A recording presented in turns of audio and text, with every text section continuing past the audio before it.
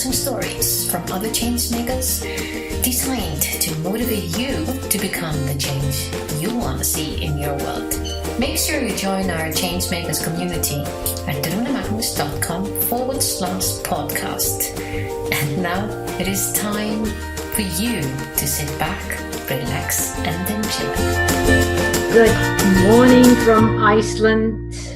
It's the Changemakers podcast host, Runa here. And today I have a special guest with us, Gudjon Svavarsson, another Icelander, in fact.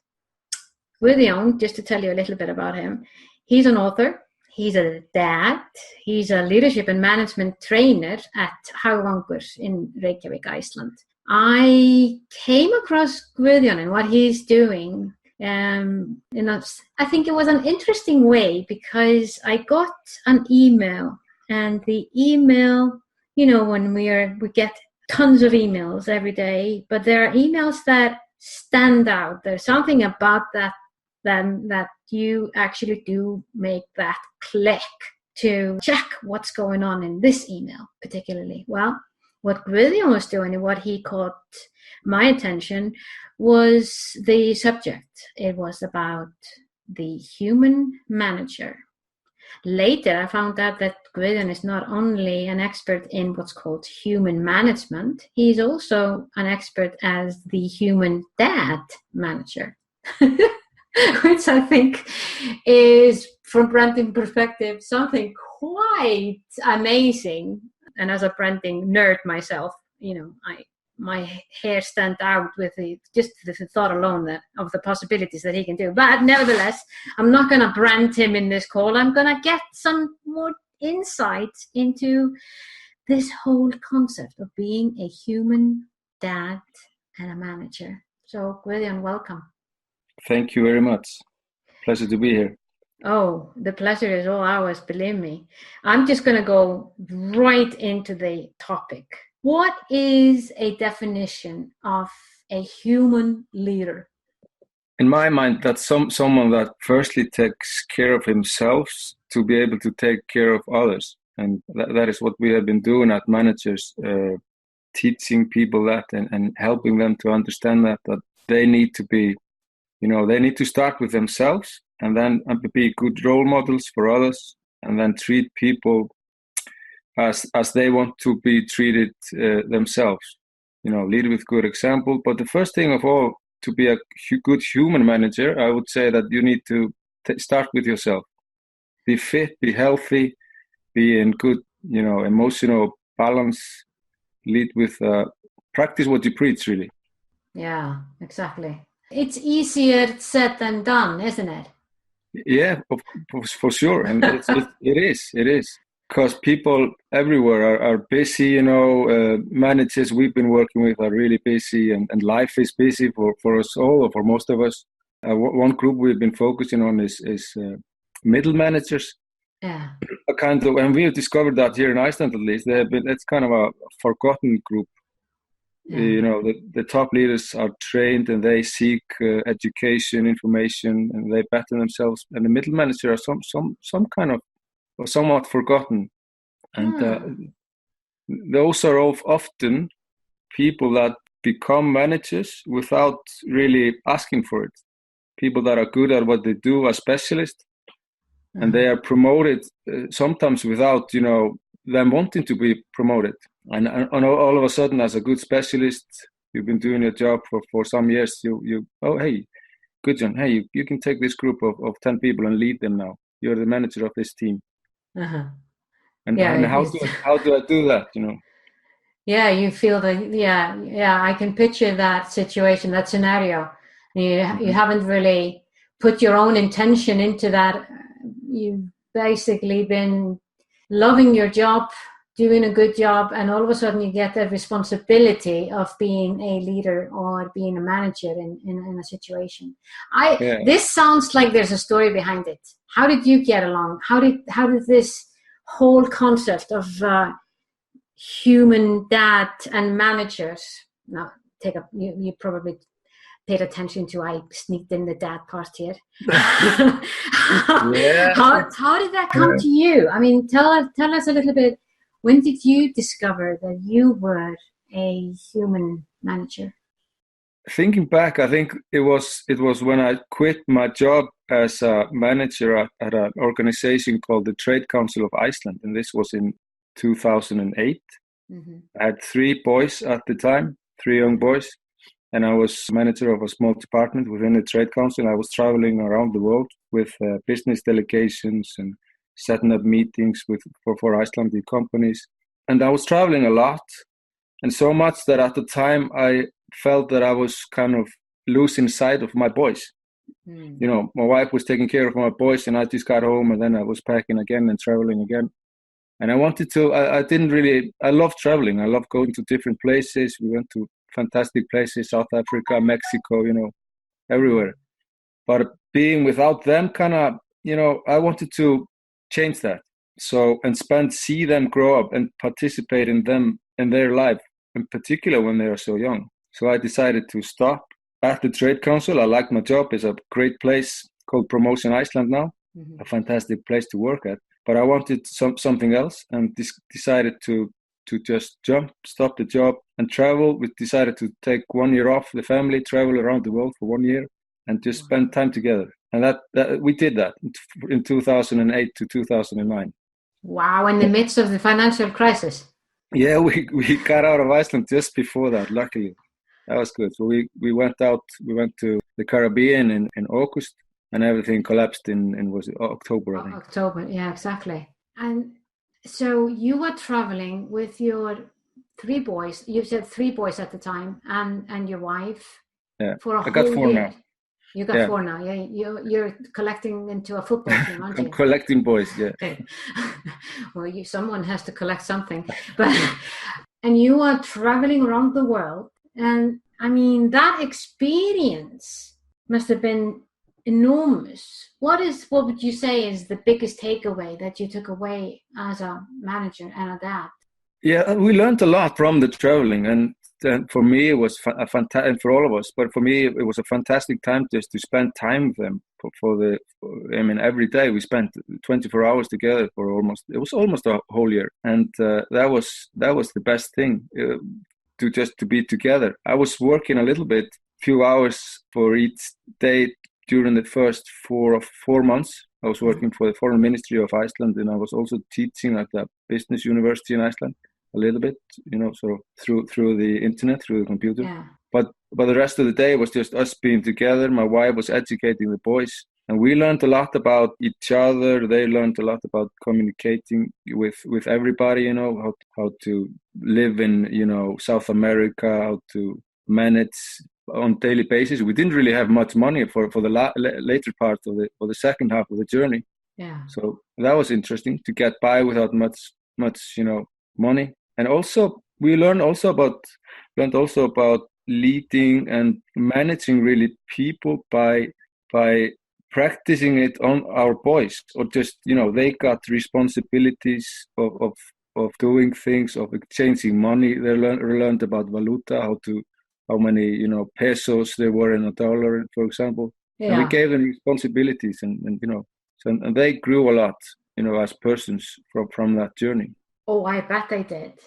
So first of all, for you to be 24/7 with your boys and your wife, and you're still married, right? So that didn't... Yeah, we're still together. We survived, you know. And it was, you know, people worried about it. It's an interesting question, because people worried a little bit about it before we went. How are you going to manage to spend, you know, the entire day, night together for a year? Well, it was never a problem, and we've been working together and lived together, me and my wife. So that's you know, it's a test of marriage, but it was a fantastic time. We never had any trouble.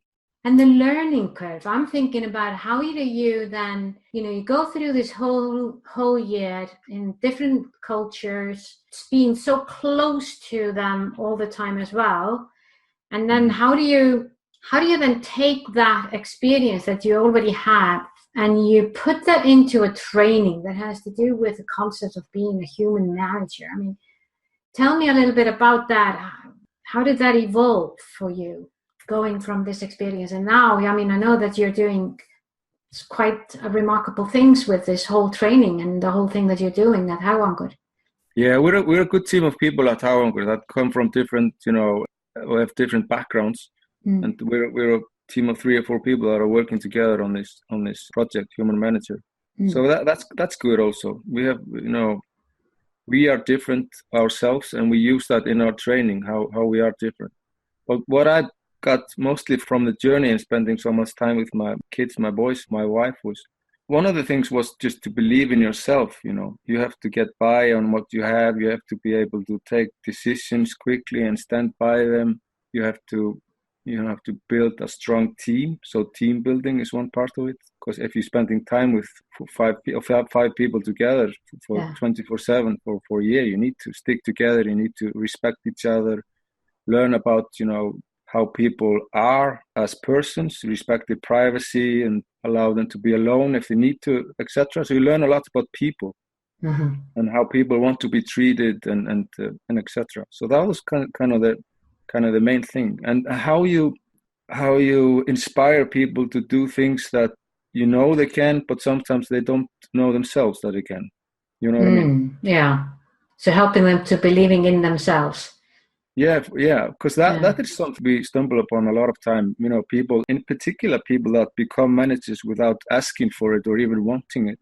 They sometimes don't know about the ability they have to lead people and inspire people. That is, in my mind, sort of one of the main aspect of being a good human leader, that you can inspire people and get them to better themselves.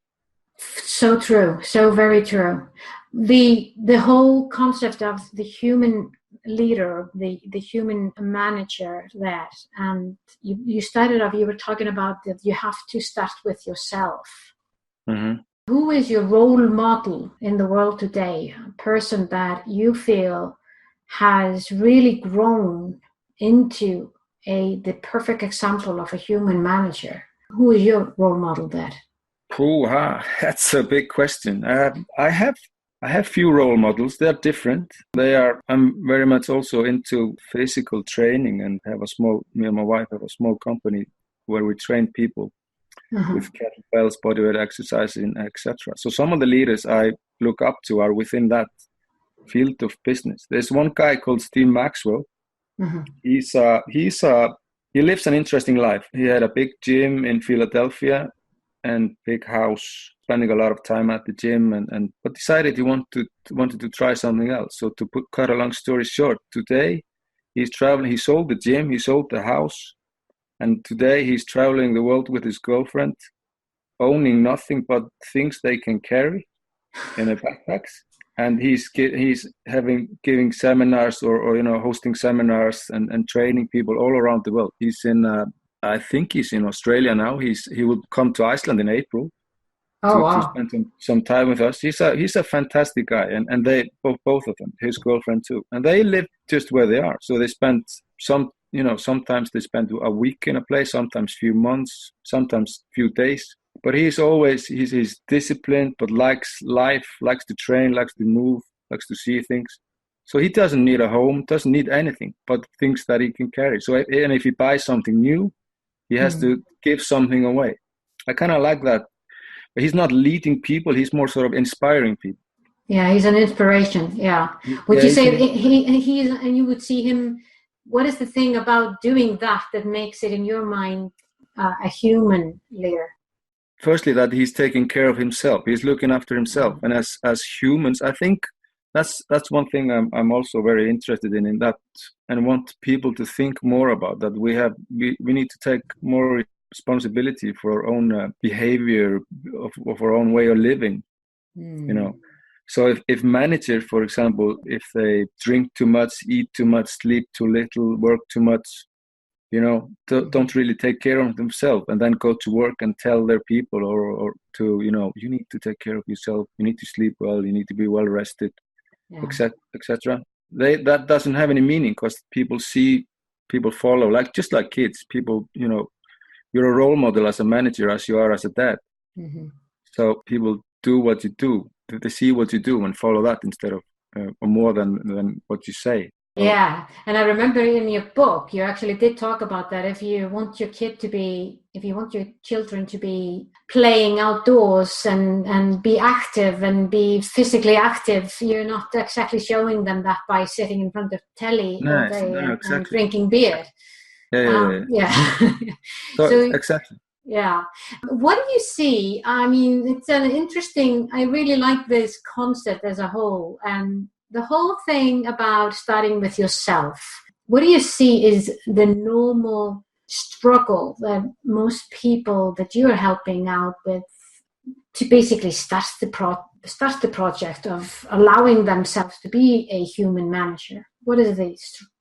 Yeah, it's stress. People take too much on or say yes too much sometimes, and managers in particular, they're always thinking about work, always working, so they're taking work home with them. Technology plays a part too. It's easy to read your emails everywhere and all that, and if people don't disconnect from work when they come home, they burn out quickly or slowly. So for most people, it's sort of kind of to get out of that circle that you're in. That's the starting point. And just to talk about it. And people we work with, it's very common that people work late and then they come home and they eat and then spend half an hour with the families and then they start again working, checking emails, answering emails, or just fall asleep when they come home. That's exactly. too much stress. I was just thinking, another leader you asked about role models. Ólafur Jóhann Ólafsson, the Icelandic author and vice president of Sony, isn't he? Exactly. Warner Brothers. He's a fantastic role model. Yeah. There was an interview with him, and he's been doing his lifestyle is an exemplary. He wakes up early. He writes for 2 or 3 hours at home in his privacy. Then he goes to work for 2 or 3 hours, and he takes a break at lunchtime and goes and does something, plays football, soccer, or anything, exercises, goes back to work, energized again, works until 6, 7, something, goes home and spends time with his family. I think that's kind of a leadership. He's a real good example of a human manager, I would say, because he takes care of himself and he takes care of his people. He spends time with his family, and he understands sort of the keys behind or to be able to do this, which is just to be focused, do one thing at a time, split things up. So he's writing when he's at home, and he's not taking phone calls or answering emails when he's writing. When he goes to work, he's not writing. He's not switches, goes to a different environment. So he would be the perfect sort of business manager role model, I would say. Yeah, I agree with you, because his brand seems to be really settled. Really, he has it. He's got it. Yeah, he's been doing this for years, and he looks fantastic. He looks happy and fit and healthy. So I don't know him personally, but I would like to meet him and learn more from him. Well, we set that intention. Yeah, exactly, and get him to be part of the Human Manager elite program that you probably most likely are going to be doing from the sound of this.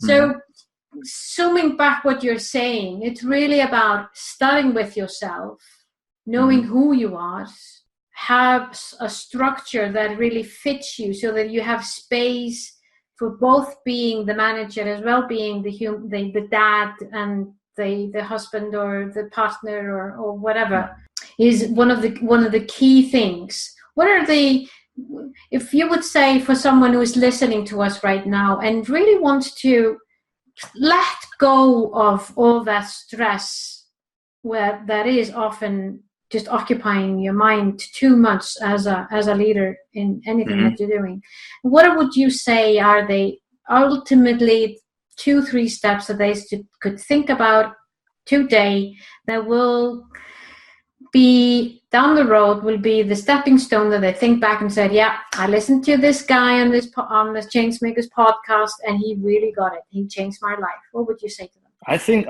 the first thing I would say was that he should just take some time, go for a walk and think about life. Think about the meaning of life. I mean, am I enjoying what I'm doing now?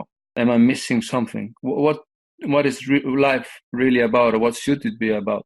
And that would be the first thing. And if you're enjoying what you do, then you're in a good spot. But if there's something missing from your life, then you need to find out a way to take something away so that you can, put that in instead. And don't be afraid. That's another matter. People are too afraid of what can happen, too afraid of changing their jobs, for example. Job security, but there is no job security if you're working for a corporation or a business. I mean, you can be laid off anytime. So sure. And do things, do what you like to do. Find out what you really burn for and what makes you tick, what you can bring to other people, and focus on that. Find a way to make that into a business, make people happy, better. And if you do that, you have a good start. Also think about yourself as a role model, because we are, whether we like it or not, as managers, we are role models, and we can be, and parents, we can be good role models or bad, so we need to figure out which ones we want to be. And it keeps you,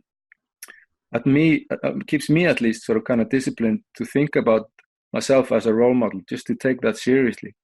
So I try to practice what I preach. I'm not perfect, nobody's perfect, but as long as you're trying to improve yourself every day, that's a good start. And also, the third thing I would say, learn something. Learn something that doesn't really have any, or how should I put it? Something that you're not forced to learn. I'm for example, every day I'm learning a little. I spend 5 or 6 minutes learning Spanish through Duolingo.com. It's a fantastic program. Only a few minutes every day, and I'm getting better a little bit at the time.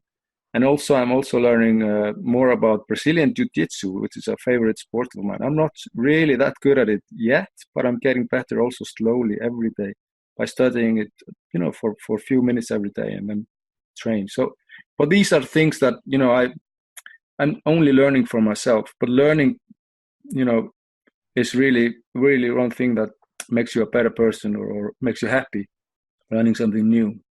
Yeah, exactly. Don't be afraid and just do things. Do it. Do what you want to do. Do what you want to do. Exactly. Become the human manager and adapt. Beautiful. Mm-hmm.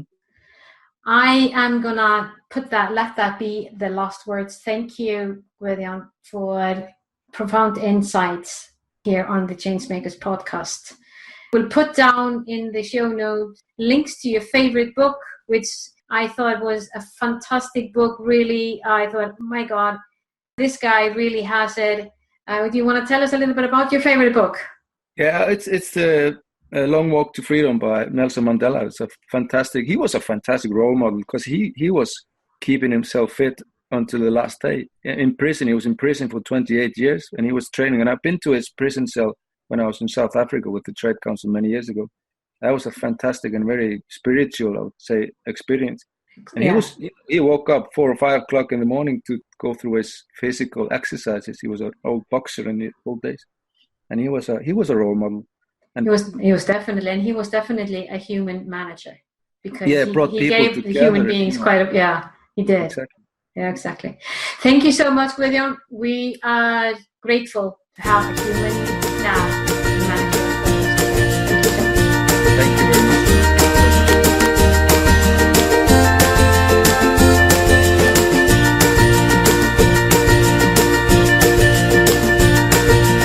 Was this podcast of value for you? I sure hope so. If so, feel free to share the love and give us your generous review on iTunes, Stitcher, or Spotify. And remember, you can always go to runamagnus.com and find out more about the Changemakers and how we can help you driving the change you want to see in your